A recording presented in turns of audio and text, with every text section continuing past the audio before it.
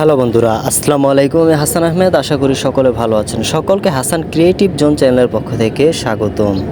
তো পূর্বে আমি আপনাদেরকে একটা ভিডিও দেখেছিলাম যে কিভাবে আপনি একটা ছাদ বাগান শুরু করবেন।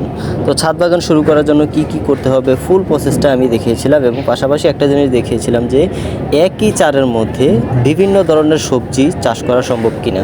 মানে একটাই চার দিবেন কিন্তু বিভিন্ন টপে বিভিন্ন গাছ আপনি লাগিয়ে চাষ করতে পারবেন কিনা। এখানে দেখতে পাচ্ছেন যে সবগুলো গাছই কিন্তু খুব সুন্দরভাবে হয়েছে। এখানে দেখতে পাচ্ছেন বিভিন্ন ধরনের গাছ কিন্তু আছে। এখানে দেখতে পাচ্ছেন আপনারা, এখানে সিম গাছ আছে।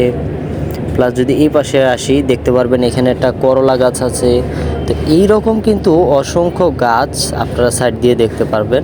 সবগুলোই কিন্তু এই যে একই চারের মধ্যে দেওয়া। এখানে দেখতে পাচ্ছেন এটা লাউ গাছ। তো এই রকমভাবে আপনি কিন্তু একই চারের মধ্যে বিভিন্ন ধরনের গাছ কিন্তু লাগাতে পারেন। এই যে দেখতে পাচ্ছেন সিম গাছ, ওই পাশ দিয়ে আছে করলা গাছ, তারপরে পুঁই শাক গাছ। যেই গাছ ইচ্ছা আপনারা লাগাতে পারেন। অনেকেরই এরকম একটা দ্বিধাদ্বন্দ্বে থাকে যে আমরা কি শুধু এক ধরনের গাছই কি একটা চারের মধ্যে ব্যবহার করব কি না। তো অবশ্যই আপনাদেরকে দেখিয়ে দিলাম তো এভাবে হয় কি না। তো দেখতে পাচ্ছেন এখানে বিভিন্ন টব কিন্তু আলাদা আলাদা গাছে পরিপূর্ণ হয়ে আছে। এভাবে কিন্তু আপনারা চাইলেই চাষ করতে পারেন। এখানে ছাদের মধ্যে কিন্তু সুন্দরভাবে আপনারা বাঁশগুলো কিন্তু এই টপের মধ্যে গেঁথে দিতে পারেন। দেখতে পাচ্ছেন আলাদা আলাদা বাঁশ কিন্তু এক একটা বাঁশ এক একটা টপের মধ্যেই দেওয়া। তো এই টপগুলো কিন্তু আপনারা বানিয়ে নিতে পারেন। এখানে যে খুব বেশি জায়গা লাগবে এরকম কিন্তু না, ছোট্ট একটা জায়গার মধ্যেই কিন্তু আপনারা এরকম বানিয়ে নিতে পারেন। তো এখানে দেখতে পাচ্ছেন চারগুলো আপনারা কিভাবে বানাবেন অনেকের প্রশ্ন থাকতে পারে। আপনারা আলাদা আলাদা বাঁশ কেটে এই যে ছোট ছোট করে টুকরো করে এগুলো বানাতে পারেন আপনারা।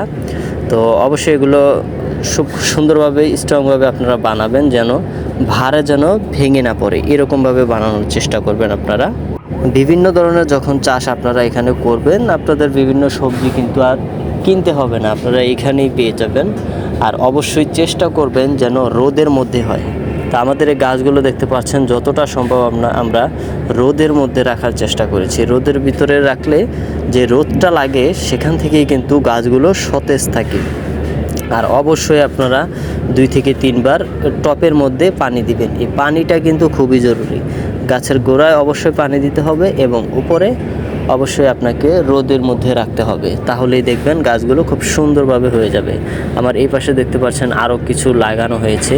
এগুলো দেখতে পাচ্ছেন খুব সুন্দরভাবে কিন্তু আপনারা দেখতে পাচ্ছেন খুব সুন্দরভাবে কিন্তু এগুলো আছে। এখানে পাতাগুলো দেখতে পাচ্ছেন, পাতাগুলো গাছগুলো সুস্থ আছে কিনা এখানে দেখতে পাচ্ছেন। এখানে একটা পুঁই শাক কিন্তু উপরে উঠিয়ে দেওয়া আছে। এগুলো আস্তে আস্তে কিন্তু হয়ে যাবে।